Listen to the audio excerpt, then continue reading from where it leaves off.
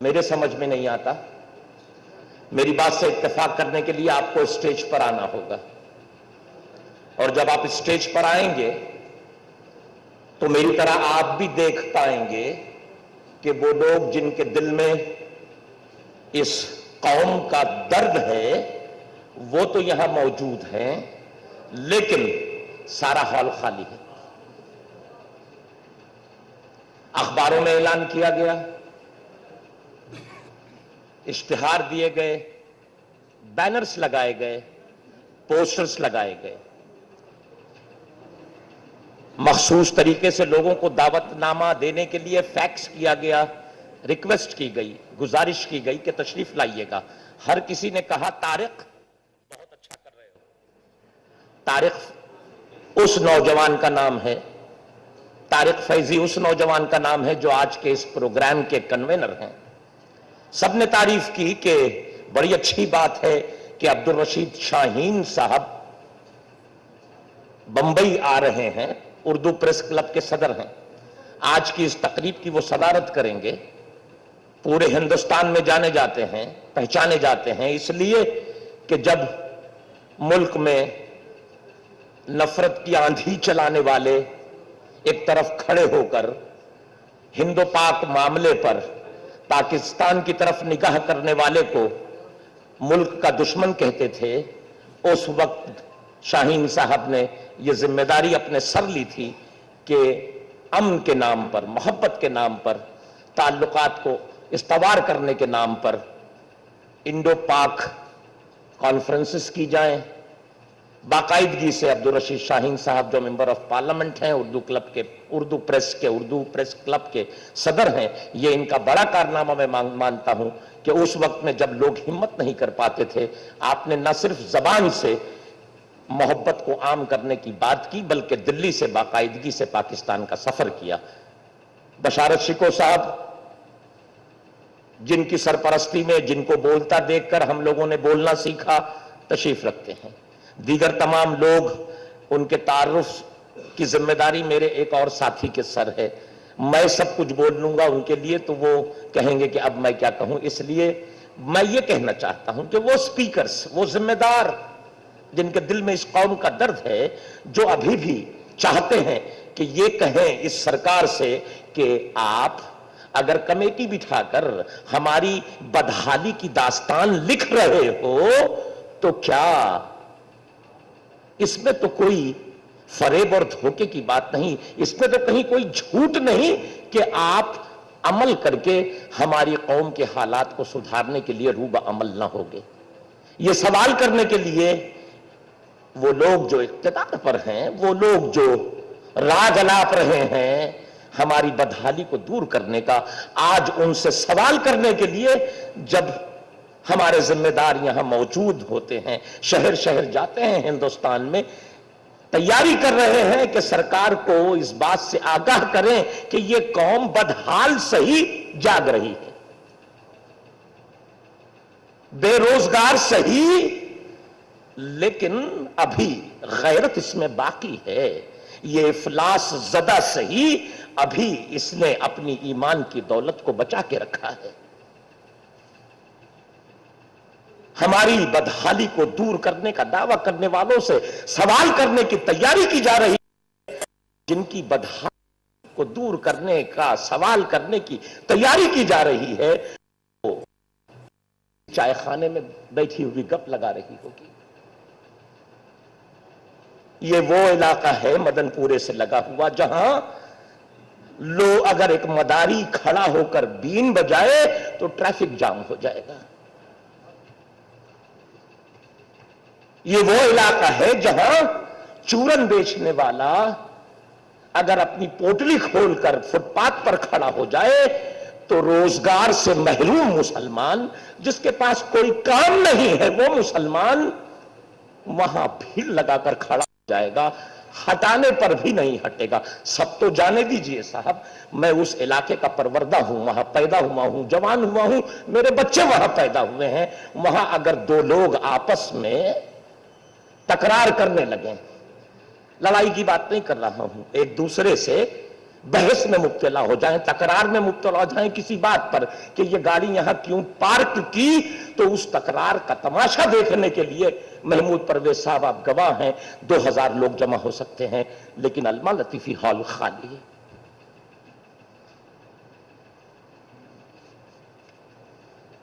ताकि वो लोग जिनके ताल्लुक से सरकार से कहना है, पूछना है, वो लोग जिनके हालात को सुधारने के लिए सरकार से बात करनी है, उनके इलाके में गुफ्तगू करने के लिए उनके इलाके से लगे हुए हॉल में सफर ना करना पड़े इस गरीब कौम के लोगों को, कहीं जाना ना पड़े इन्हें, ये जहां रहते हैं इनसे लगे हुए, इनकी बस्ती से लगे हुए हॉल में एहतमाम किया जाता है, और ये हॉल खाली है। सच्चर कमेटी का मैं समझता हूं यही सच है।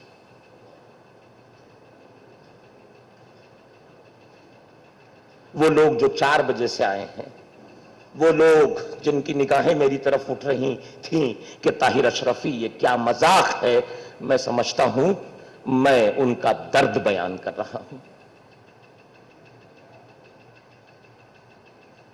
बड़े ढीठ लोग हैं हम साहब, कोई भी ना होगा तब भी अपनी बात कहेंगे। सच्चर कमेटी की रिपोर्ट मुरत्तब करने वालों के लिए ये हमारे अज़्म का ऐलान है।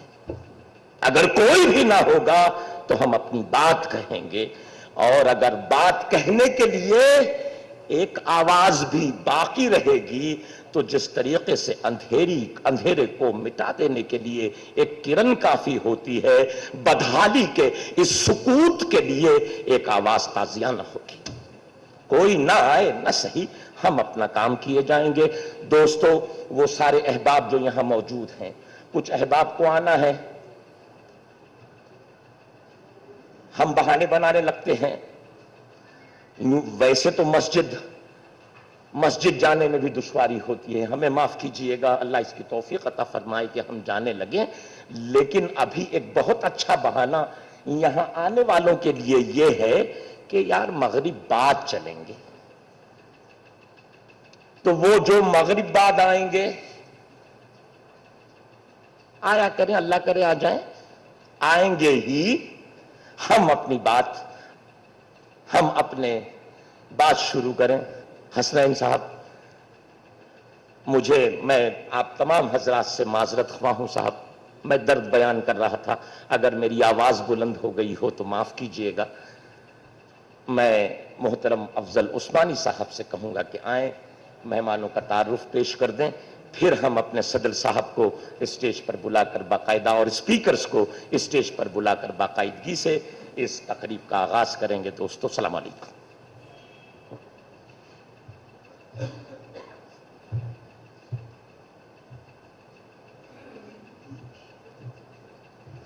नहमदुहु व नसल्ली अला रसूलिहिल करीम, बिस्मिल्लाहिर रहमानिर रहीम।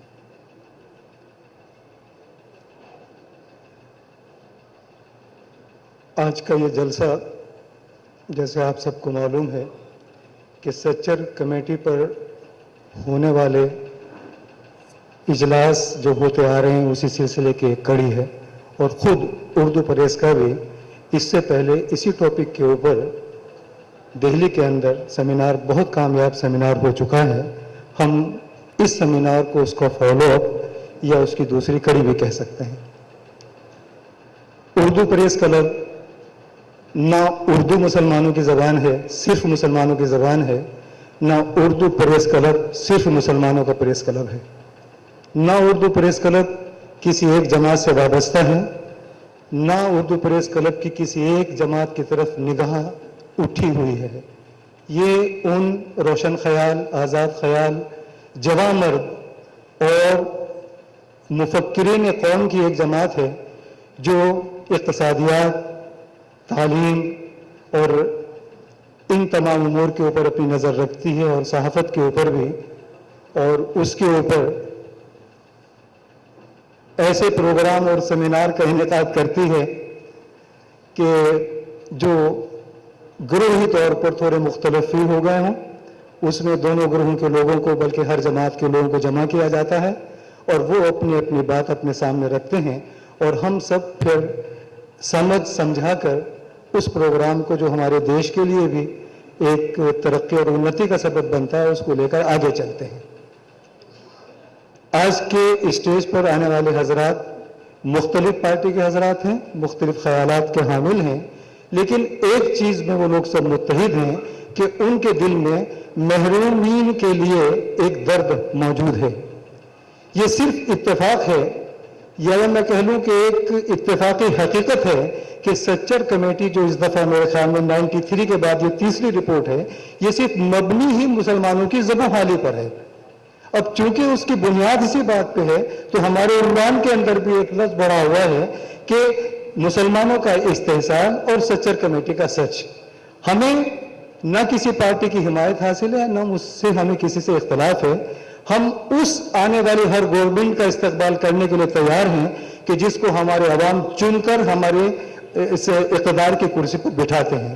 हम सिर्फ इतना चाहते हैं कि वो लोग अपने फ़राइज़ न भूलें और हम हमारे और अवाम के जो हुकूक हैं उसकी अदायगी वो ईमानदारी के साथ करते रहें। और अगर कहीं कुछ इसमें लचक महसूस हो तो उर्दू प्रेस क्लब के जिम्मेदार उसकी निशानदही करें, उन असहाब इक़्तिदार को एहसास दिलाएं कि इन हुकूक की, इन फ़राइज़ की अदायगी आप पर वाजिब है और बहुत ही मौसर अंदाज में हम उसके लिए कोई मुस्बत इक़दाम करें। और ऐसे ही हो सकता है कि हमारी गलती भी कुछ हों, जाती एतबार से हमें उस पर भी गौर करना है कि हम इनफरादी तरक्की के ऊपर तो गौर करते हैं, हमारी माशियात के ऊपर इनफरादी तौर पे, लेकिन कौमी एतबार से शायद हम लोग इसमें हमें पूरी तरह अवेयर नहीं है। इसकी भी ज़रूरत है कि हम इसके ऊपर अवेयरनेस रखें और हम इसीलिए उर्दू प्रेस क्लब इस किस्म की जो इजलासात वगैरह है वो कराता रहता है। मुसलमानों की ज़बो हाली जितनी है वो सब आप लोग जानते हैं, सच्चर कमेटी के बारे में आप सब जानते हैं। मैं सब मेरे दोस्त अहबाब जो दूसरे तमाम NGOs से यहाँ पर आए हुए हैं, मेरी एक दरख्वास्त के ऊपर उनका मशकूर भी हूँ, वो सब जानते हैं कि सच्चर कमेटी पे बात करना या ह्यूमन राइट्स पे बात करना सिवाय तज़िया औकात के और कुछ नहीं है। सिर्फ इतना कहना है कि जहाँ 48.4% I think I am right, जहाँ लोग पॉवर्टी लेवल के ऊपर जी रहे हों और जहाँ पे हिंदुस्तान की दूसरी बड़ी अक्सरियत इस तकलीफ दे जिंदगी में एक दिन गुजार रही हो कि अगर रोटी का सवाल पैदा होता है तो उनके मुंह से निकलता है कि खाल तक हथेली की उतर जाती है, इतना आसान नहीं मुंह में निवाले रखना। खाल तक रोज हथेली की उतर जाती है, इतना आसान नहीं मुंह में निवाले रखना। और अगर कपड़े का जिक्र आता है जो कि बेसिक नीड में से एक है, तो वो कहते हैं कि या अल्लाह, या मेरा कद मेरी चादर के बराबर कर दे या मेरे कद के बराबर मेरी चादर कर दे। और अगर कभी मकान का जिक्र आता है तो आप देखिए लोगों के मकानात कैसे हैं कि सर्दी, गर्मी, बारिश, धूप, मौसम का कोई भी रूप जब जोबन पर आता है तो बच्चे रोने लगते हैं।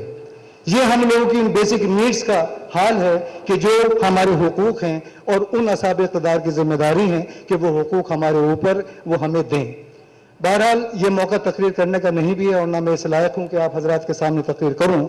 मेरा तो सिर्फ ये फ़र्ज़ था मेरे के ऊपर, मेरी उर्दू प्रेस की तरफ से, कि मैं आप हजरात को खुश आमदीद कहूँ और वेलकम कहूँ उन तमाम हजरात को जो एक फ़ोन के ऊपर यहाँ पर तशरीफ़ लेके आए हैं। और मैं सब माइक इस वक्त सौंपता हूँ जनाब ताहिर शर्फी साहब को, वो आइंदा आपका प्रोग्राम चलाएंगे। अस्सलाम वालेकुम।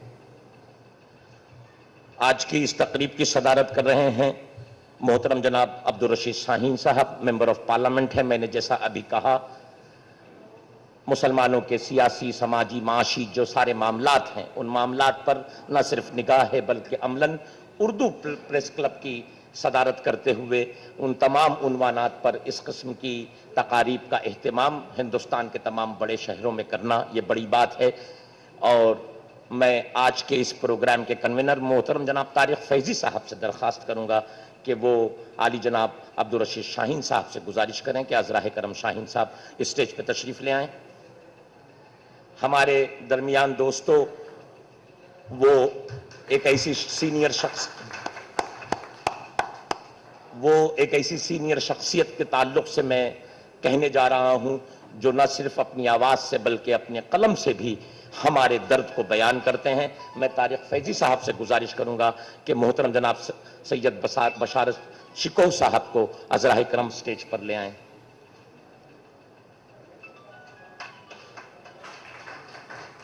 जी हेलो। यानी हमारे दरमियान हमारे एक नौजवान साथी, एक ऐसे साथी जिनकी आवाज में बड़ी काट है, एक ऐसी काट जो शायद इस्तेहसाल की देन है।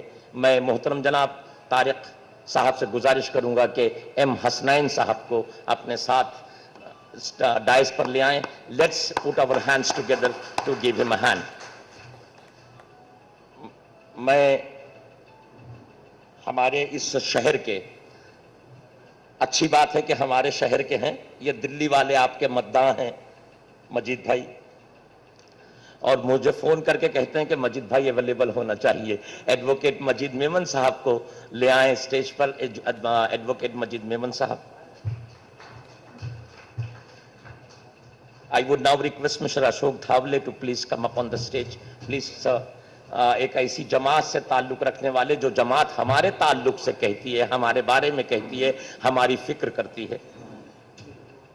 मेरे भाई, मैं एक ऐसे अपने साथी को आवाज देने जा रहा हूं। दोस्तों, शायर भी इतना अच्छा सोशल वर्कर हो सकता है। शायर भी अपने इलाके के लोगों की, अपने कौम के दर्द को बयान करके, ना सिर्फ बयान करके बल्कि अमलन उसे दूर करने की जुर्रत करता है, हिम्मत करता है, अमलन कदम उठाता है। मैं तारिक फैजी साहब से गुजारिश करूंगा कि मोहतरम जनाब जलीस शेरवानी साहब को अजरा करम स्टेज पर ले आए।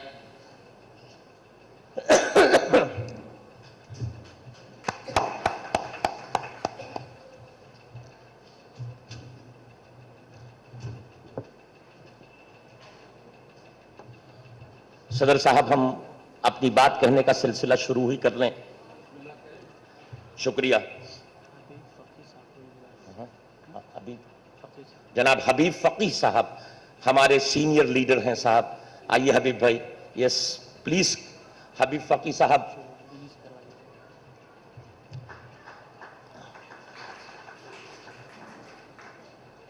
हबीब भाई, if you come closer to me, क्योंकि मैं आप ही से इस मामले का आगाज करवाऊंगा।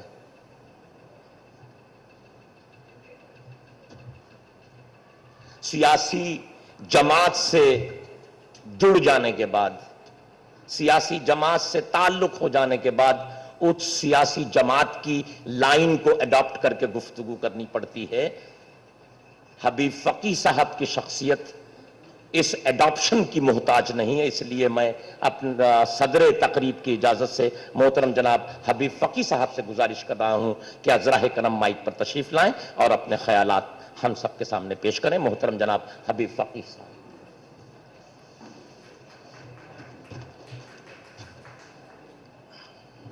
अस्सलाम वालेकुम।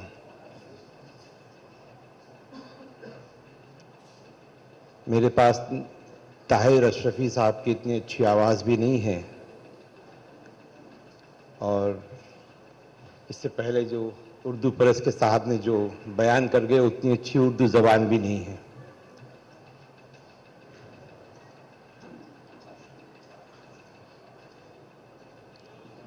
आज का ये सेमिनार मुसलमानों का सियासी इस्तेहसाल,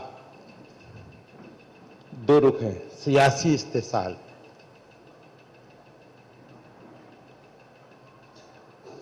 ये जो पहली बात जो है, हमने बहुत ज्यादा सियासत में हिस्सा लेना शुरू किया और उस पर बहुत ज्यादा तवज्जो दी, और हमने हमारे डेवलपमेंट में बहुत कम तवज्जो दी। आप सच्चर कमेटी की रिपोर्ट आप देखेंगे, या उस रिपोर्ट को आप बाइफरकेट करके पढ़ेंगे, जहां नॉर्थ के स्टेट हैं यूपी, बिहार, वेस्ट बंगाल और आसाम, जहां पे माइनॉरिटी की पॉपुलेशन बहुत ज्यादा है। अब वहां के लोगों के हालात और सदर्न स्टेट, तमिलनाडु, केरला, आंध्रा, महाराष्ट्र, वहां के हालात देखोगे तो आपको दोनों में बिल्कुल बैलेंसिंग एक्ट बिल्कुल नहीं मिलेगा। दिल्ली में सेमिनार था, मैं वहां पे मौजूद था।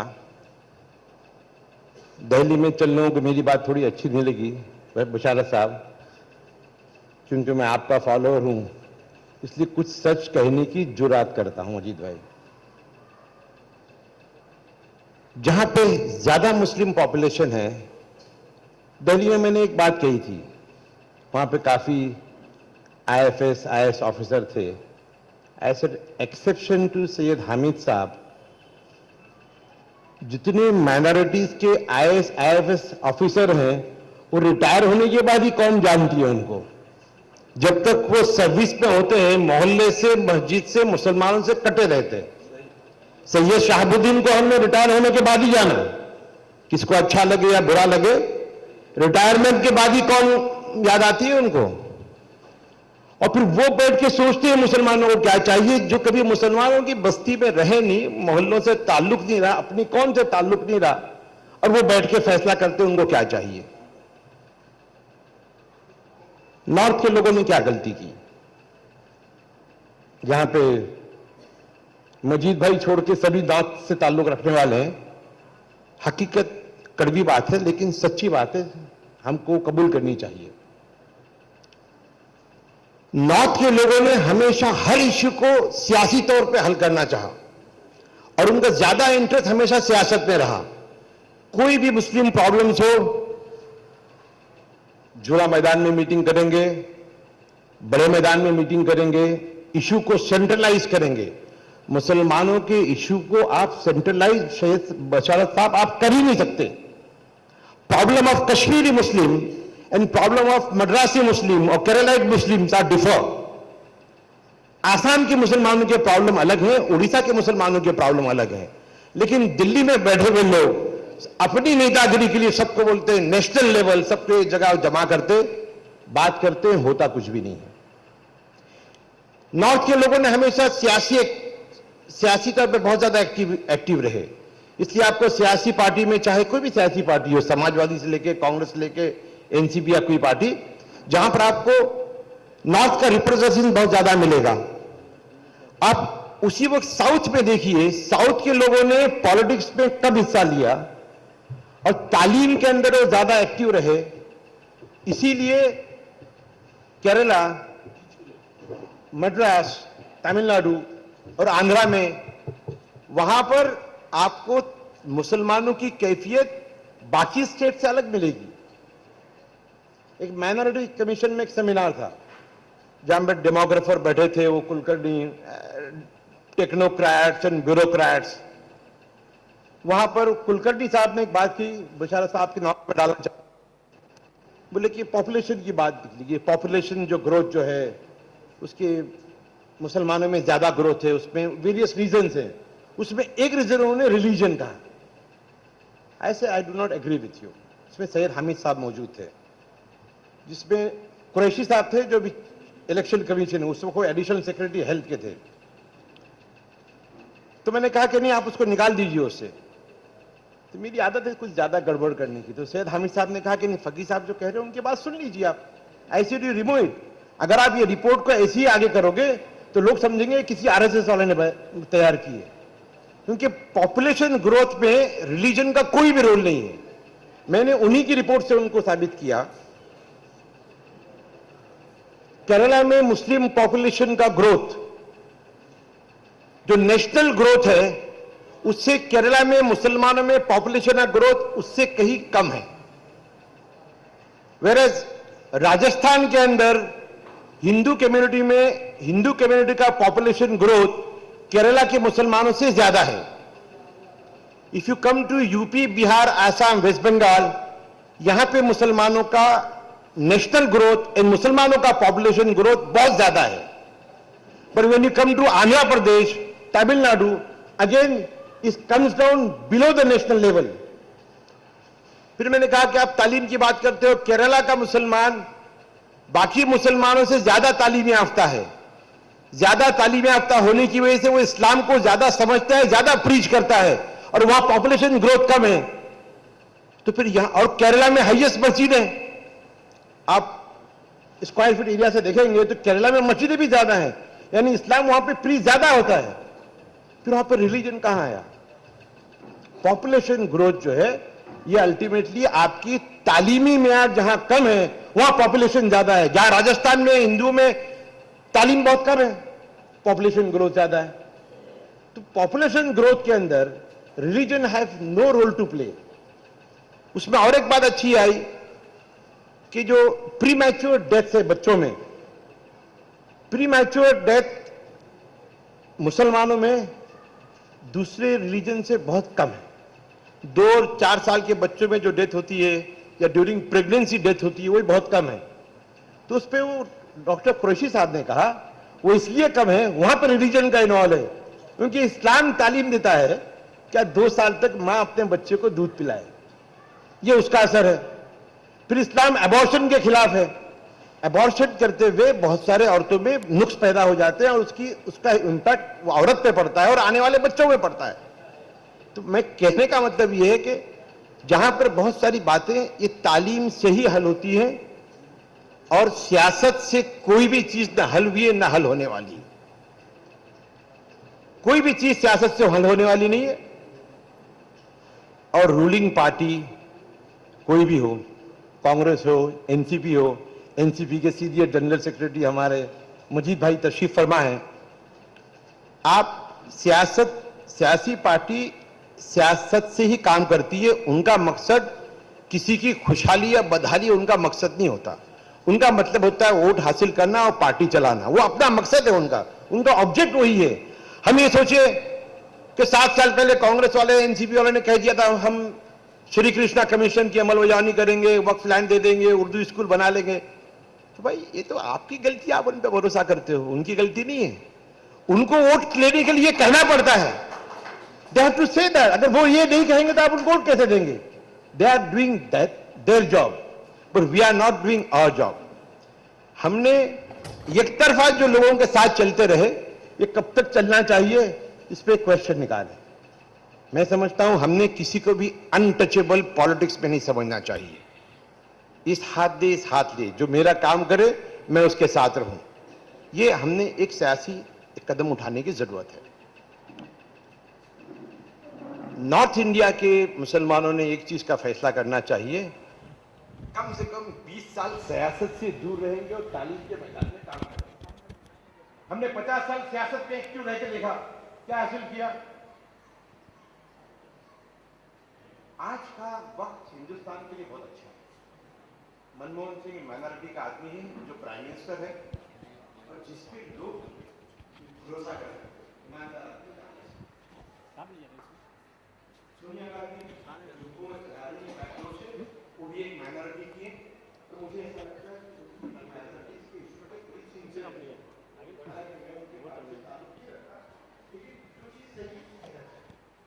ये अच्छा मौका है, इसमें भी हल निकले। अपनी तरफ से बराबर से स्ट्रैटेजी करके कुछ ऐसे मसले या कुछ ऐसे डिमांड रखें, कोई ऐसा डिमांड हमारी कम्युनिटीज जाना नहीं चाहिए जो फैसिलिटीज दूसरों को अवेलेबल नहीं है, जो एससी एसटी को नहीं है, उसको भी मान लेना। जहां तक 15 पॉइंट का प्रोग्राम है, शाहिद साहब आप अपनी तकरीर में बताइए उसका क्या इम्पैक्ट रहता है? Is this program is binding on the government? You please answer that. 15-point program for minorities. अगर कोई स्टेट गवर्नमेंट उसकी अमलबजावनी नहीं करती है तो सेंट्रल गवर्नमेंट क्या कर सकती है? अगर कुछ भी नहीं कर सकती तो ये भी आंखों में धूल झोंकने जैसी बात है। आप जब उसको 15 प्रोग्राम को एग्जीक्यूट नहीं कर सकते हो, मैंडेटरी नहीं करते हो, तो उसका मतलब कुछ भी नहीं है। इंदिरा गांधी के जमाने में प्रोग्राम अनाउंस हुआ, क्या हुआ उसके बाद? यहां पर गवर्नमेंट के पे बहुत ज्यादा भरोसा रख के हमने बहुत ज्यादा उम्मीदें करना, मैं समझता हूं हमारी ये भूल होगी। सच्चर कमेटी की रिपोर्ट से एक ही फायदा है, मुसलमान को तो पता था कि मुसलमान की हैसियत क्या है, लेकिन गैर मुस्लिम को जो नहीं पता था उनको उसने आईना दिखा दिया कि मुसलमानों की पोजीशन ये है। शाहिद साहब 92 के बाद में जो मेरा तजुर्बा रहा from Madras to Assam to west Bengal, एक it was a blessing in disgust. 92 के बाद में इतनी तालीमी बेदारी हुई है। आप यूपी के कोई भी ज़िले में चले जाइए, बिहार में जो अदारे 50 साल और 100 साल पुराने अदारे थे वो इतना अच्छा काम नहीं कर रहे हैं, लेकिन जो अदारे 92 के बाद बने वो बहुत ज़्यादा और अच्छा काम कर रहे हैं। वो स्कूल में हाई स्कूल लेवल तक, और जब तक ये बेसिक इंफ्रास्ट्रक्चर नहीं तैयार होगा तो आगे हम कैसे बढ़ेंगे। एक जगह सेमिनार था जहाँ पर हमारे दोस्त थे ताहिर शरीफ साहब की तरह, रिजर्वेशन हमको चाहिए ही चाहिए, 9% चाहिए, दूसरे ने कहा नहीं 11% चाहिए। तो मेरी बात आई तो मैं डर गया, मैं मेरे कुछ बात बोलना चाहिए या नहीं बोलना चाहिए। मैंने बोला भाई रिजर्वेशन चाहिए या नहीं चाहिए इस पर मैं नहीं बोलता, मैं समझा बाहर निकलते हुए लोग मेरे कपड़े फाड़ देंगे। साहब रिजर्वेशन आप मानते हो, 50 साल से SC ST को रिजर्वेशन है, क्या हाल हुआ होगा। आप मैं महाराष्ट्र सर्विस सिलेक्शन बोर्ड पे 4 साल मेंबर रहा। मुझे किसी ने पूछा आप मेंबर बने तो कितने लोग मुसलमानों को नौकरी दी। सब एप्लीकेशन ही मुसलमान का नहीं आया, जहाँ इंजीनियर्स के थे there were no applicant, how do you recruit. UP का भी एक रिपोर्ट आया है कि कुछ 36,000 कांस्टेबल, फिगर में कुछ आगे पीछे हो सकता है, 36,000 कांस्टेबल रिक्रूट किए गए मुलायम सिंह की गवर्नमेंट में, विच इज प्रो माइनॉरिटी। कितना सिलेक्शन हुआ उसमें, सब 2%। लेकिन उसके दूसरा रुख दीजिए, दूसरा रुख ये देखिए बेचारा साहब कि जितने एप्लीकेशन मुसलमान के आए थे उसमें 50% सिलेक्शन हुआ है, और जितने नॉन मुस्लिम के आए थे उसमें 7% हुआ है। तो आपके पास क्वालिटी है। If there are 100 application of Hindu तो उसमें तो 100 में से 7 हुआ, मुसलमान के 100 में से 50 का हुआ, लेकिन आपके वहां पर एप्लीकेशन ही कम गए। तो यहाँ एप्लीकेशन कब जाएंगे, जब तक आप तालीम पे ध्यान नहीं दोगे। डिस्ट्रिक्ट लेवल पर जो गवर्नमेंट की सारी स्कीम आती है, अभी शाहीन साहब से बात करते हुए उन्होंने बताया कि स्कीम आ रही है, सब जगह पर रेसिडेंशियल स्कूल बनाएंगे। वो क्या क्राइटेरिया है, जहाँ 4 लाख का पॉपुलेशन, बोला पूरे हिंदुस्तान में 50 ही बना पाओगे आप। सिर्फ यू हैव टू, जहाँ पे बिखरे हुए मुसलमान हैं रूरल एरियाज में, आप जब तक उनको नहीं उठाओगे गांव से देहात से, तब तक शहर का मुसलमान कुछ भी करके, आज मेरी काम वाली बाई का बच्चा भी इंग्लिश मीडियम स्कूल में पढ़ता है। शहर में वो दिक्कतें उतनी नहीं है, हालांकि अर्बन पॉवर्टी इज मोर, आपका सेंसस रिपोर्ट बोलता है। लेकिन जब तक आप रूरल एरियाज के मुसलमानों में तालीम की बेदारी, स्कॉलरशिप, हर मुसलमान सही तौर से ज़कात भी निकाल दे तो सारे बच्चे तालीम पा लेंगे। Do not rely on the government. हमको सच्चर कमेटी के आईने में हल हमको ढूंढना है, हर मोहल्ले में हर आदमी ने काम करना है। Please do not rely on the government. उनसे आप कोई एक्सपेक्ट करते होंगे तो फिर आप 50 साल बाद फिर आए होंगे, फिर और एक सच्चर कमीशन बैठेगा और फिर पता चलेगा जो 4% थे वो 2% हो गए। So we have to woke up and do our own. बहुत सारी आपने कौम को देखा होगा, जो कौम ने तालीम हासिल की, जिसमें हकमत अमली आई, उसने दुनिया को रूल किया है। चाहे वो यहूदी कम्युनिटी हो, चाहे हिंदुस्तान में ब्राह्मण कम्युनिटी हो। क्यों ब्राह्मण कम्युनिटी रिजर्वेशन नहीं मांगती? 7% लोग हैं, क्योंकि वो लोग सोचते हैं अगर 7% रिजर्वेशन दिया गया तो 25% कैसे घुसेंगे वो लोग। और वो लोग सिर्फ तालीम की बुनियाद पर, आपका सारा ये महवर जो है घूम फिर के विशिष्ट सर्कल जो आ जाता है तालीम पे। और बेसिक तालीम आपको 12th तक के स्कूल अच्छे ढंग से बनाने चाहिए। जिस अदारे में आप खड़े हैं, मैं यहाँ का जनरल काउंसिल मेंबर हूँ, मैं मेरे अदारे में भी कहता रहता हूँ कि we are too much emphasising on the professional colleges. बचारा साहब, मेरा मानना ऐसा है, you may differ with me, you can clarify that. मेरा मानना ऐसा है, हम एक मेडिकल कॉलेज बनाते हैं या इंजीनियरिंग कॉलेज बनाते हैं तो 5 करोड़ रुपया लगाते हैं। ये साबो सिद्दीक बन गया तो बहुत पुराने ज़माने में बना, लेकिन आज अगर नया बनाते हैं एक one professional college we need 5 crore. वो 5 करोड़ में आप 50 10वीं के स्कूल बना सकते हो। हमारी ज़रूरत प्रोफेशनल कॉलेजेस की नहीं है, हमारी आज ज़रूरत इंजीनियरिंग कॉलेज की नहीं है।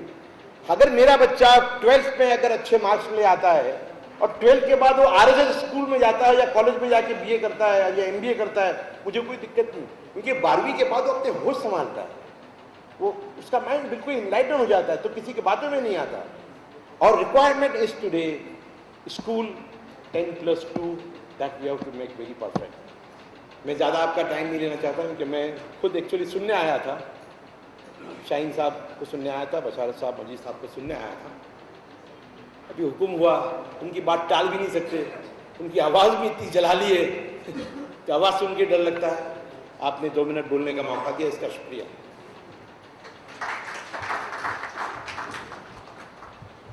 अमूमन आशिक अगर महबूबा के पास हो तो 2 घंटा गुजारने के बाद कहता है 2 ही मिनट रहा मैं आपके पास। आज हबीब फकी साहब ने कहा 2 मिनट देने का शुक्रिया, मुझे अच्छा लगा। मैं भी माशूकों में शुमार होऊंगा। मैं गुजारिश कर रहा हूं दोस्तों, communist party of India, CPI M हो या M ना हो, ब्रैकेट में ये अपनी शनाख्त के लिए इंग्लिश का अल्फ़ाबेट लिख लेते हैं। लेकिन कॉलेज के ज़माने से, तालिब इल्मी के ज़माने से जब से होश संभाला, मुसलमान महल्ले में रहने की वजह से एंटी इस्टेब्लिशमेंट जहन हुआ, जहाँ कैफी आज़मी, मजरू सुल्तानपुरी जैसे लोग हर हफ्ते की शब में बैठकर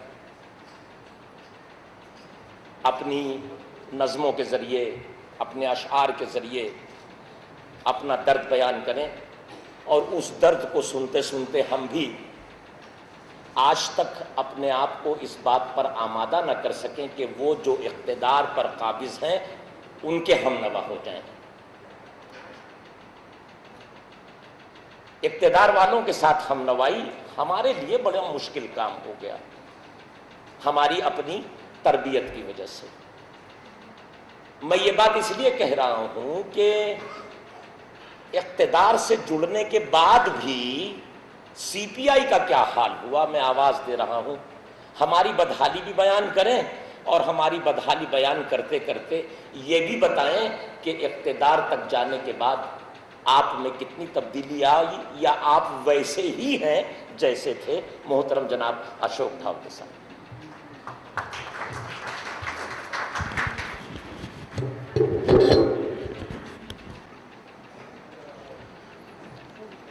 आज के इस जलसे के सदर साहब, मंच पर बैठे हुए सभी मान्यवर और हजरात,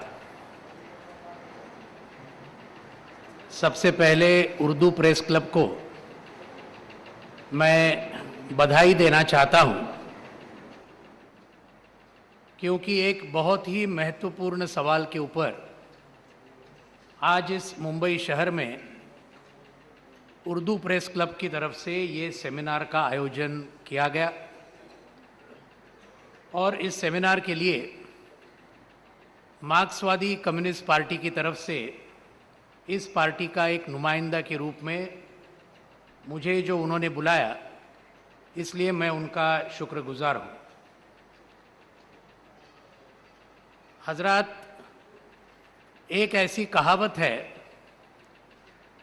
कि किसी भी मुल्क का सही माने में दर्जा अगर जानना होगा तो उस मुल्क के अल्पसंख्यकों की क्या परिस्थिति है, क्या हालात है, और उस मुल्क की महिलाओं की क्या हालात है, इन 2 बातों के ऊपर सही माने में किसी भी मुल्क का सही दर्जा हम उसके बारे में तय कर सकते हैं। और ये अगर आप सोचें तो ये बहुत ही महत्वपूर्ण इस प्रकार का एक इंडिकेटर ये कहावत में हम ये ढूंढ सकते हैं। किसी मुल्क का GDP कितने से बढ़ा, 8% बढ़ा या 9% बढ़ा या 10% बढ़ा, इससे उस मुल्क का जो दर्जा है वो सही माने में तय नहीं होता। लेकिन उस मुल्क के अल्पसंख्यक और उस मुल्क की महिलाओं का क्या हालात है उसके ऊपर तय हो सकता है। और इस बारे में सच्चर कमेटी ने अभी अभी जो अपना जो रिपोर्ट पेश किया केंद्र सरकार को, जैसे हमारे पहले के वक्ताओं ने कहा कि ये सही में एक हमारे सामने एक आईना है हमारे देश का, हमारे मुल्क का।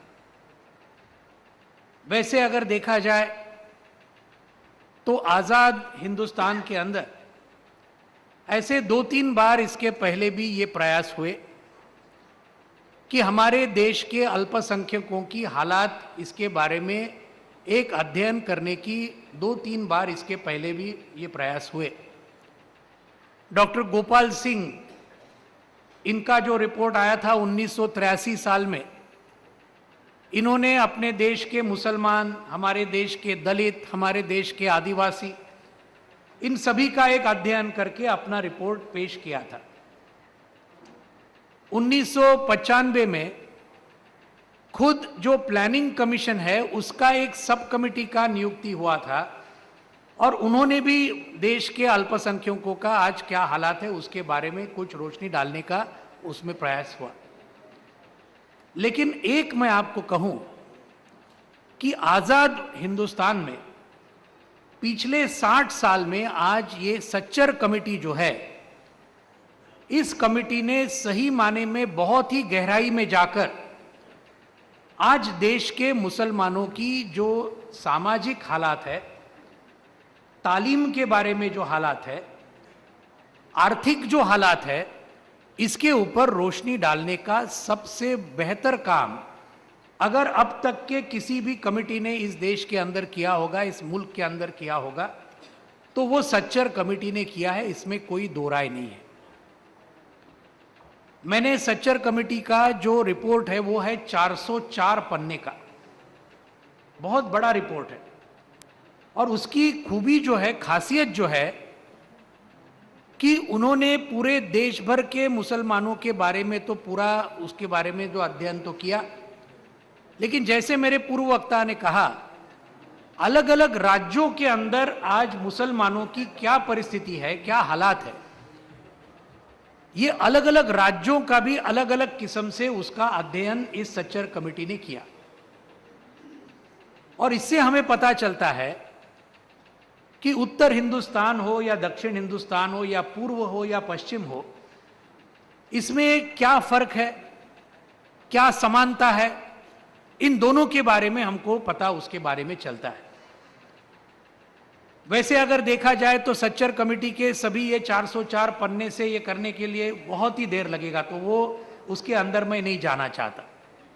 लेकिन कुछ बातें जो जनरल एक ऑल इंडिया लेवल के ऊपर जो बहुत ही क्लियरली जो सामने आई है, इन बातों के ऊपर मैं आपका ध्यान यहां खींचना चाहूंगा जरूर।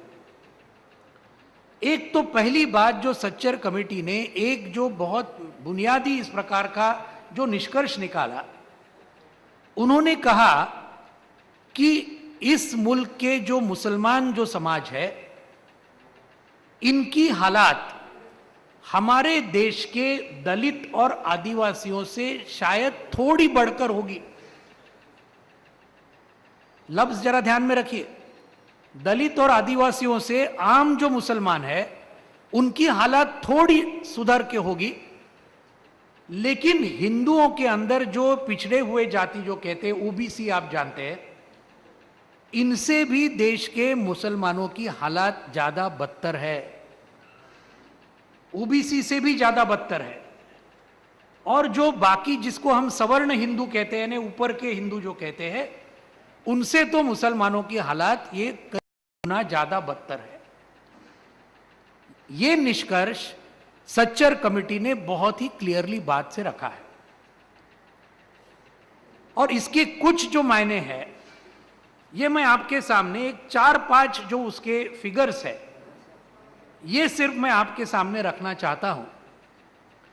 उन्होंने ऐसा कहा कि इस मुल्क में मुसलमानों की पूरी आबादी जो है ये है 13.4%, यानी पूरे मुल्क में मुसलमानों की आबादी है 13.4%।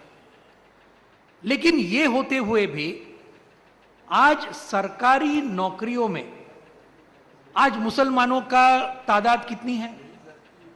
उन्होंने कहा कि वो तादाद है सिर्फ 4.9%, यानी 5% भी सरकारी नौकरियों में आज हमारे मुसलमान भाई और बहन, आज उनको उसके अंदर आज रिप्रेजेंटेशन नहीं मिलता। आईएएस, आईएफएस और आईपीएस, ये जो बहुत बड़े, आप जानते हैं, Indian administrative service, foreign service, police service, इनके अंदर तो कितनी है तादाद मुसलमानों की? सच्चर कमेटी ने कहा कि उनकी तादाद है सिर्फ 3.2%। पूरा रेलवे का जो हमारा जो सबसे बड़ा उद्योग है, जिसके अंदर आज 12 लाख से ज्यादा मजदूर और कर्मचारी उसमें काम करते हैं, उनके अंदर मुसलमानों की तादाद है सिर्फ 4.5%। यानी आप सोच लीजिए कि जिस समाज की पूरी आबादी आज 13.4% हो, उनका ये रिप्रेजेंटेशन है सरकारी और दूसरे बाकी इसके अंदर के क्षेत्रों में। दूसरा उन्होंने कहा, जो हमारे पूर्व वक्ता ने बहुत ही सही बताया, कि तालीम की जो महत्व है, सच्चर कमेटी ने कहा कि आज मुसलमानों में ग्रेजुएट बनने वाले कितने प्रतिशत हमारे नौजवान और हमारे युवती हैं? तो वो कहा कि अभी आज के हिंदुस्तान में 3.4% सिर्फ मुसलमान ये ग्रेजुएट बनते हैं, यानी बीए, बीएससी, बीकॉम और उसके आगे 3.4% सिर्फ ग्रेजुएट बन पाते हैं। और दूसरे जो जनरल हिंदू है, उनमें से 15.3% ये ग्रेजुएट बनते हैं। यानी कितना हुआ? 5 गुना इनके अंदर ये तादाद हिंदुओं के अंदर ज्यादा है मुसलमानों से। साक्षरता का जो प्रमाण है, लिटरेसी जिसको हम कहते हैं, वो सच्चर कमेटी ने कहा कि उसका है ये 59.1%। और कुल मिलाकर कितना है? वो है करीबन 65%। वहां भी हम पिछड़े हैं।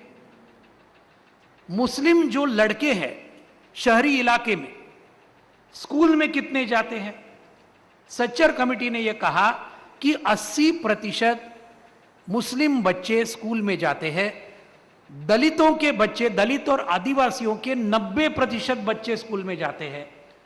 और ऊपर के जो हिंदू है, इनके 95% बच्चे स्कूल में जाते हैं, लेकिन मुस्लिमों में 80% का वो प्रमाण है। और मुस्लिम लड़कियों का प्रमाण क्या है स्कूल में जाने का? वो सच्चर कमेटी ने बताया कि 68% मुस्लिम लड़कियां स्कूल में जाती हैं। दलित और आदिवासियों में 72% जाती है स्कूल में लड़कियां। और जनरल इसके अंदर कुल मिलाकर 80% लड़कियां स्कूल में जाती हैं। यह हुआ तालीम के बारे में। और आखिरी एक ही मैं आपके सामने रखना चाहता हूं, गरीबी के जो आंकड़े जो दिए हैं सच्चर कमेटी ने, ये गरीबी के बारे में उन्होंने कहा कि पूरे देश भर में गरीबी रेखा के नीचे जो है हेड काउंट रेशो कहते हैं उसको, उसके अंदर मुसलमानों में 31% आवाम जो है ये गरीबी रेखा के नीचे है। दलित आदिवासियों में वो 35% है। तो ये सब जो बातें अगर आपने देखी, तो इससे एक बात बहुत ही साफ हो जाती है कि मुस्लिम समाज ये सही माने में तालीम की नज़र से, सामाजिक नज़र से और साथ साथ में एक आर्थिक समझ से भी आज पिछड़ापन उनके अंदर बहुत बड़े पैमाने पर है। ये बहुत ही जो सच है, ये सच्चर कमेटी ने पूरे मुल्क के सामने अपने रिपोर्ट के जरिए पेश किया। मुझे लगता है कि जस्टिस राजेंद्र सच्चर और उनके जो पूरी टीम थी, इन्होंने मुल्क के लिए एक बहुत बड़ा काम उन्होंने किया है, ये सब चीज सामने लाते। और ये करते हुए उन्होंने आखिर में एक जो बात कही कि ये क्यों हुआ,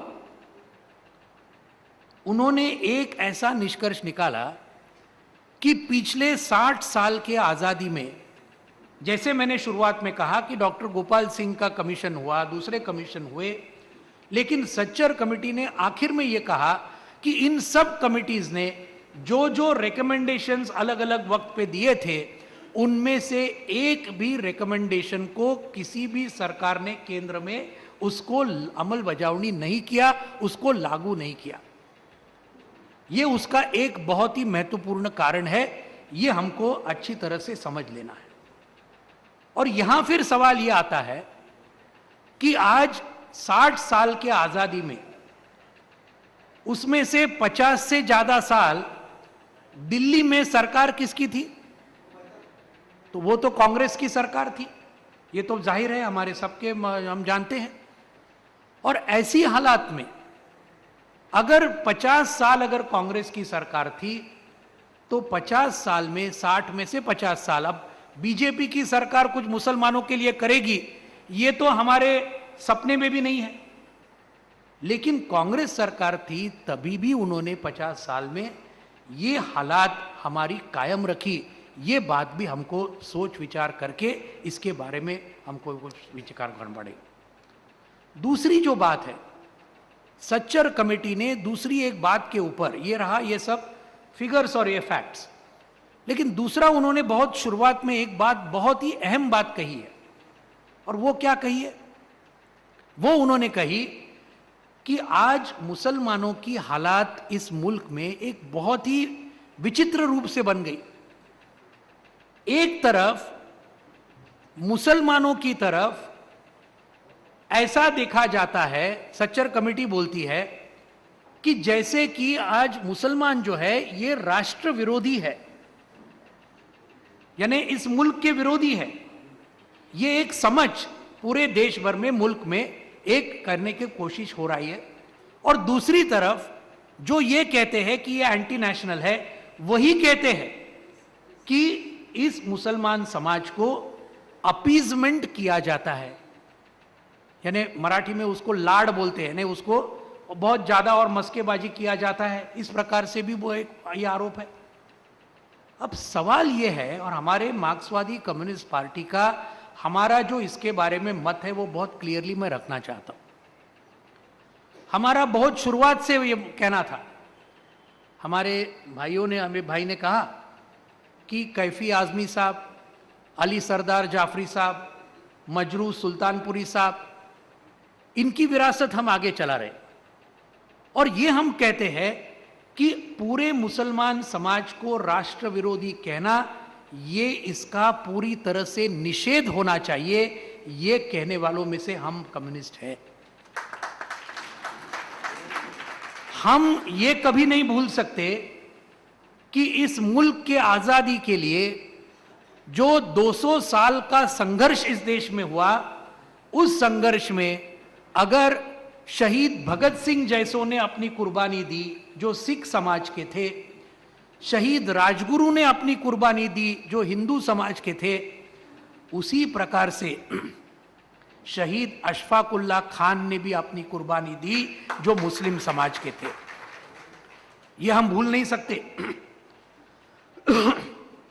हम ये भी नहीं भूल सकते कि नेताजी सुभाष चंद्र बोस की जो इंडियन नेशनल आर्मी थी, और उसके जो 3 मुख्य रूप से जो उनके नेता थे, जिनके ऊपर मुकदमा चलाया गया लाल किले में, ये जो 3 कप्तान थे, इनके अंदर हम ये नहीं भूलते कि जैसे कैप्टन प्रेम सहगल ये जैसे हिंदू थे, कैप्टन धिल्लौन जैसे सिख थे, वैसे ही कैप्टन शाहनवाज खान ये मुस्लिम भी थे।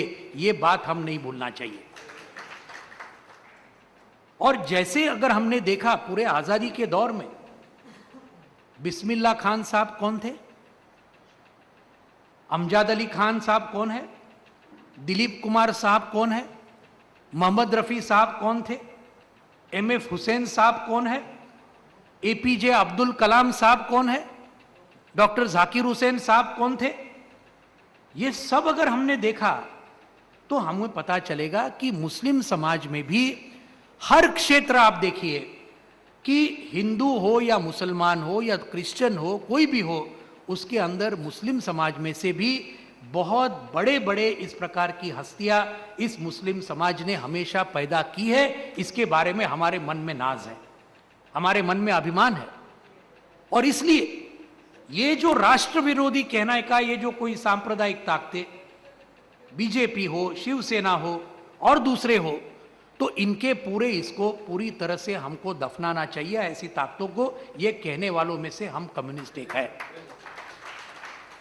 दूसरी बात जो है कि अपीजमेंट का जो बात करते हैं कि मुस्लिमों को बहुत ज्यादा, ये जिसको ये कहते हैं कि बहुत मस्काबाजी की 60 साल में, अगर इतनी मस्काबाजी की होती तो सच्चर कमेटी के रिपोर्ट में ये वास्तवता कैसी आ जाती, फिर कैसी आ जाती? ये हमारा सवाल है, बहुत बुनियादी सवाल है। अगर इस प्रकार की मस्केबाजी की होती तो आज मुस्लिम समाज का चेहरा जो सच्चर कमेटी में जो आया है ये कई और बढ़कर अच्छा रहता, लेकिन ये नहीं हुआ है। और यही हमारा कहना है कि जो बीजेपी और शिवसेना के लोग मुस्लिम अपीजमेंट की बात करते हैं, ये पूरी तरह से इस देश को, इस मुल्क को गुमराह करने का कोशिश कर रहे हैं। ये भी हमारा उसके बारे में स्पष्ट कहना है। और इसके अंदर ये हम कहना चाहते हैं कि अभी देखिए मुंबई के अंदर बम विस्फोट हुए अभी जुलाई में। बम विस्फोट का कोई भी समर्थन नहीं करेगा, आप भी नहीं करेंगे, हम भी नहीं करेंगे, उसका निषेध ही हम करेंगे, किसी भी प्रकार के आतंकवाद का। लेकिन हमारे सामने एक सवाल हमेशा आता है, 1993 के मुंबई के बम विस्फोट के जो आरोपी थे उनके ऊपर, उनको जो कुछ शिक्षा होनी थी, जो कुछ उनके ऊपर कार्रवाई होनी थी, हुई। लेकिन हमारा सवाल यह है कि 1993 के पहले जब बाबरी मस्जिद को शहीद कराया गया और उसके बाद में मुंबई में जो बहुत ही शैतानी तरीके के जो दंगे फसाद जिन्होंने किए, उनके ऊपर आज तक कार्रवाई की बात क्यों नहीं करते कांग्रेस की सरकार, एनसीपी की सरकार क्यों नहीं करती?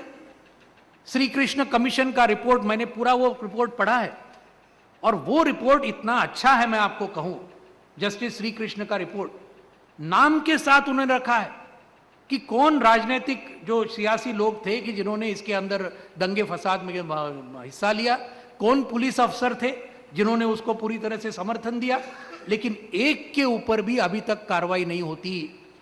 ये किसका ये है, ये हमारा सवाल है।